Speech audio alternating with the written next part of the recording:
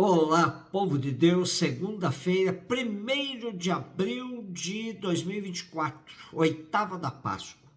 A nossa reflexão de hoje é a partir de Atos 2, 14, 22 a 32, Mateus 28, de 8 a 15. No dia de Pentecostes, Pedro, de pé, junto com os 11 apóstolos, levantou a voz e falou à multidão: Homens de Israel, escutai estas palavras.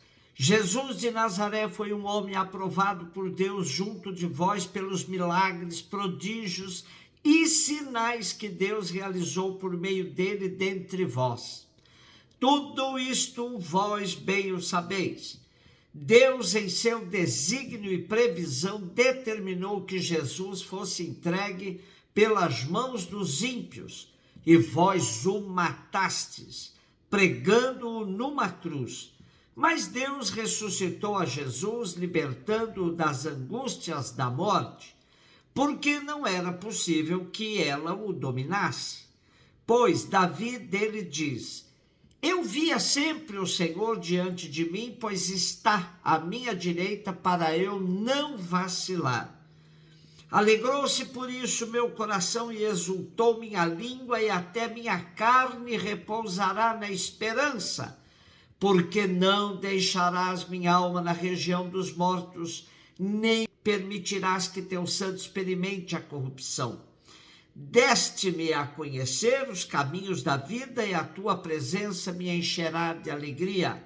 Irmãos, seja-me permitido dizer com franqueza que o patriarca Davi morreu e foi sepultado, e seu sepulcro está entre nós até hoje. Mas, sendo profeta, sabia que Deus lhe jurara solenemente que um de seus descendentes ocuparia o trono. É, portanto, a ressurreição de Cristo que previu e anunciou com as palavras: Ele não foi abandonado na região dos mortos, e sua carne não conheceu corrupção. Com efeito, Deus ressuscitou este mesmo Jesus, e disto todos nós somos testemunhas. Estamos na segunda-feira da oitava de Páscoa, e a liturgia nos traz uma narrativa do dia de Pentecostes, onde Pedro é o grande destaque com seu sermão querigmático. Pedro faz uma síntese dos acontecimentos que envolvem vida, paixão, morte e ressurreição de Jesus. Justamente Pedro, que havia negado Jesus, que se revelou titubeante em tantas ocasiões junto a Jesus, mas foi a ele mesmo, sabendo de sua fraqueza, que Jesus confiou a coordenação do grupo dos discípulos. Agora o vemos dando provas de que entendeu a missão que Jesus lhe confiara. Como nos diz o pastor metodista Marcos Antônio de Souza, o Pentecostes vem do grego Pentecosté, que significa 50º.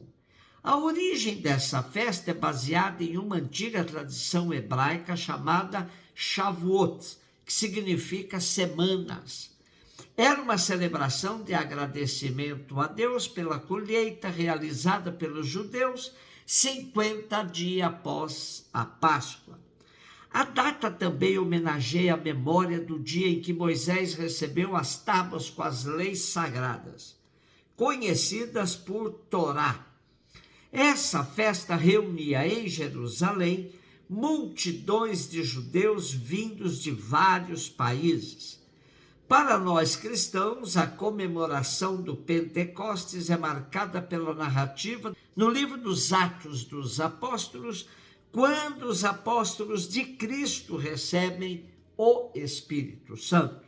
Assim, Pentecostes também é uma celebração religiosa cristã que comemora a descida do Espírito Santo sobre os apóstolos de Jesus Cristo 50 dias após a Páscoa. Diferente do Pentecostes cristão, o Pentecostes judeu durava 7 dias e iniciava a partir do Pessá, celebração da Páscoa. Pentecostes, então, é tempo de celebrarmos a presença do Deus Espírito Santo em nosso meio, relembrando o ato salvífico de Jesus Cristo e sua vida em nós. Pois foi no contexto desta festa que Pedro criou coragem, movido pelo Espírito. Mateus 28, de 8 a 15. As mulheres partiram depressa do sepulcro. Estavam com medo, mas correram com grande alegria para dar notícia aos discípulos. De repente, Jesus foi ao encontro delas e disse: alegrai-vos. As mulheres aproximaram-se, prostraram-se diante de Jesus, abraçando seus pés. Então Jesus disse a elas: não tenhais medo, ide anunciar aos meus irmãos que se dirijam para a Galiléia. Lá eles me verão. Quando as mulheres partiram, alguns guardas do túmulo foram à cidade, comunicaram aos sumos sacerdotes tudo o que havia acontecido. Os sumos sacerdotes reuniram-se com os anciãos e deram uma grande soma de dinheiro aos soldados, dizendo-lhes: dizei que os discípulos dele foram durante a noite e roubaram o corpo, enquanto vós dormieis. Se o governador ficar sabendo disso, nós o convenceremos.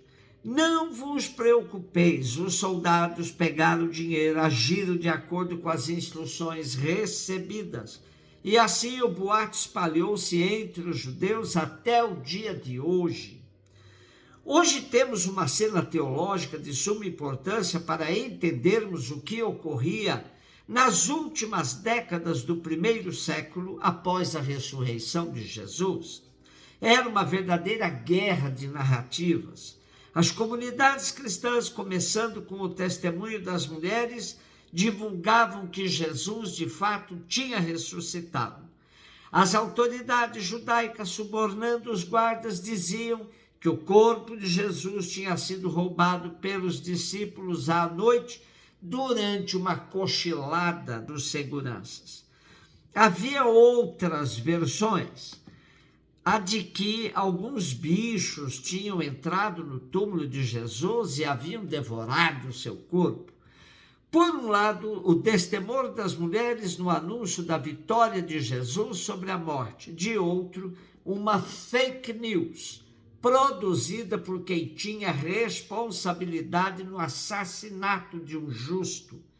Essa cumplicidade entre autoridades e os guardas é típica de quem detém poder e tem medo de perdê-lo.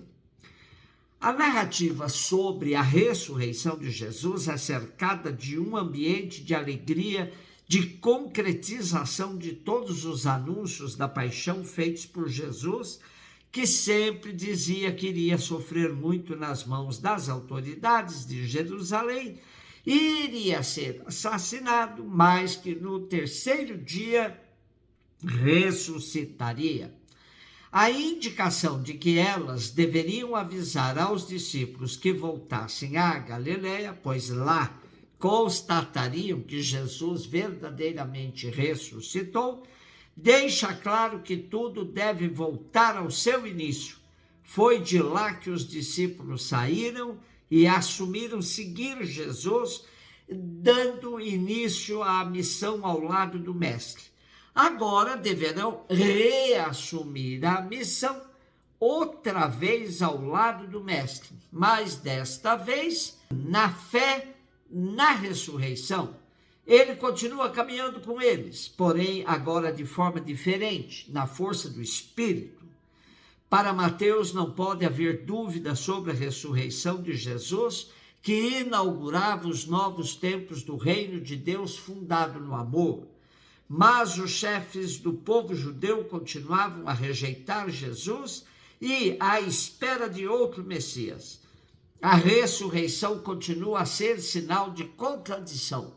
É fonte de vida e salvação para quem está aberto à fé e ao amor. É motivo de juízo e condenação para quem a recusa. Importante destacarmos que ressurreição não é algo que se prova em laboratório, mas que se comprova na experiência da fé.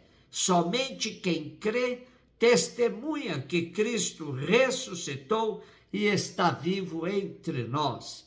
Um beijo no seu coração.